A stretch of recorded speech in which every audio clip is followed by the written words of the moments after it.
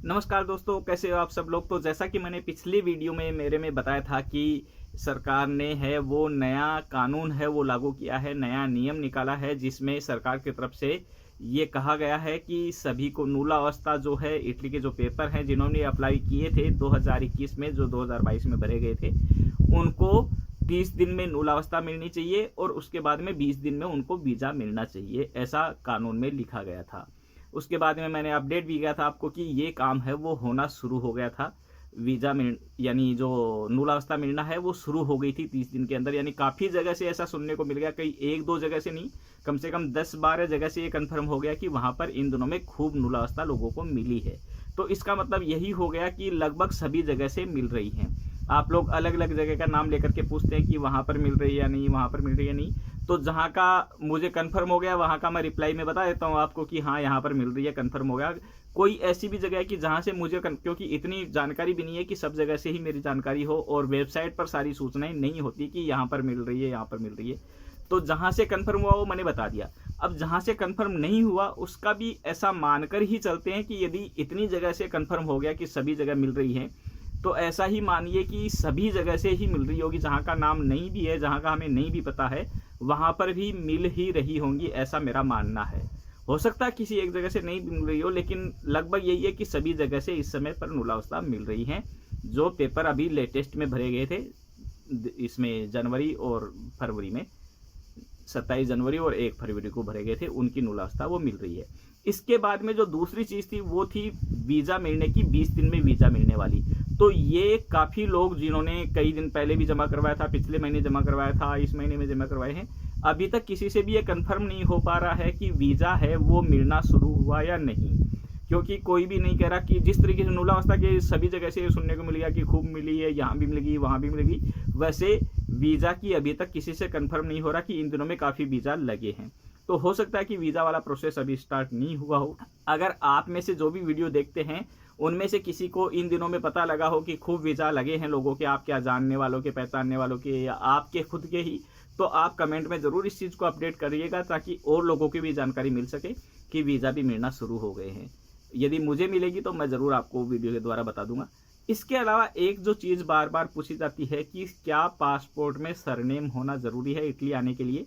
तो जितना मैं जानता हूँ, इंडिया में तो अपने ज़रूरी नहीं है कि सरनेम वाले कॉलम में सरनेम हो ही, लेकिन इसके अलावा लगभग सभी देशों में ऐसा ही सिस्टम है कि आपके नेम के साथ में सरनेम होना ज़रूरी है। हो सकता है और भी कई देश होंगे जहाँ पर सरनेम की कोई ज़रूरी नहीं है, लेकिन यूरोप में तो चाहे इटली ही नहीं, जर्मन, फ्रांस जो भी है यूरोप का हिस्सा है, उसमें सब जगह पर आपके नेम में है वो सरनेम होना ज़रूरी है।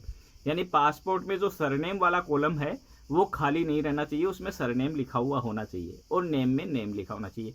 अब हम जब क्या करते हैं कि जब पासपोर्ट का फॉर्म भरते हैं तो हमारा नाम और सरनेम जो भी है, हम उसको मोस्टली है वो सारा नेम वाले कॉलम में ही फिल कर देते हैं, फिर वो पासपोर्ट वैसा ही बनकर आ जाता है, उसमें सरनेम अलग से लिखा हुआ नहीं आता।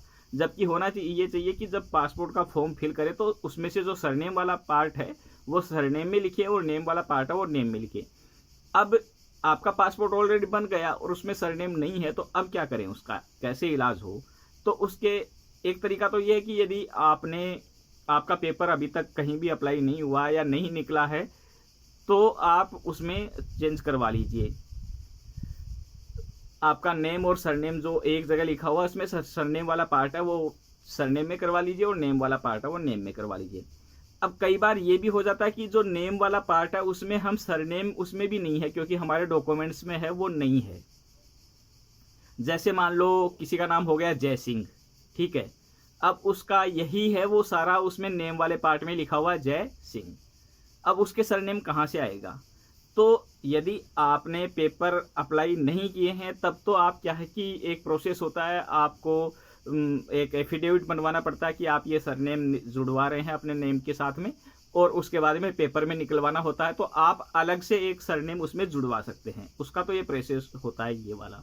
पासपोर्ट आपका बन जाएगा, उसके बाद में एक एफिडेविट और अखबार में निकलवानी पड़ती है। ये चीज़ आप कई बार पढ़ते होंगे, अखबार में विज्ञापन जो वाला पार्ट है वहाँ पर कई बार ऐसे विज्ञापन आपको देखने को मिलेंगे कि मेरा नाम ये था, अब से मुझे इस नाम से जाना चाहिए। तो वो यही सिस्टम होता है, इसके लिए वो निकलवाने पड़ते हैं। तो उसमें आप अलग से भी नया सरनेम भी ऐड कर सकते हैं। एक तो प्रोसेस ही हो गया।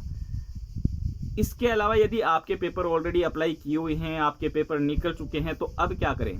तो उसमें जैसे ये जय सिंह वाला मैं एग्जांपल दे रहा था आपको, तो उसमें आप क्या कीजिए कि एक ना इसको जय और सिंह इसको 2 पार्ट में डिवाइड कीजिए। जय को नेम में रख लीजिए और सिंह को है वो सरनेम में कर दीजिए। तो इससे आपको दिक्कत नहीं आएगी, क्योंकि वो पेपर है वो भी रह जाएगा आपका सही, उसमें कोई प्रॉब्लम नहीं आएगी, और आपका नेम सरनेम वाला है ये प्रॉब्लम भी हट जाएगी। तो उम्मीद करता हूँ ये जानकारी आप सभी के लिए काफ़ी उपयोगी रही होगी। फिर भी आपके कोई और सवाल हो तो आप कमेंट बॉक्स में ज़रूर लिखिए, मैं उनका जवाब देने की कोशिश करूँगा। ये वीडियो आपको पसंद आया तो इसको लाइक ज़रूर कर दीजिएगा, अपने दोस्तों के साथ में शेयर कीजिएगा। आपके और भी कोई जिज्ञासा हो और भी कोई सवाल हो तो वो ज़रूर पूछिए। चैनल को अभी तक सब्सक्राइब नहीं किया तो प्लीज़ सब्सक्राइब का बटन भी दबा दीजिए। मिलते हैं जल्दी किसी और वीडियो में। धन्यवाद।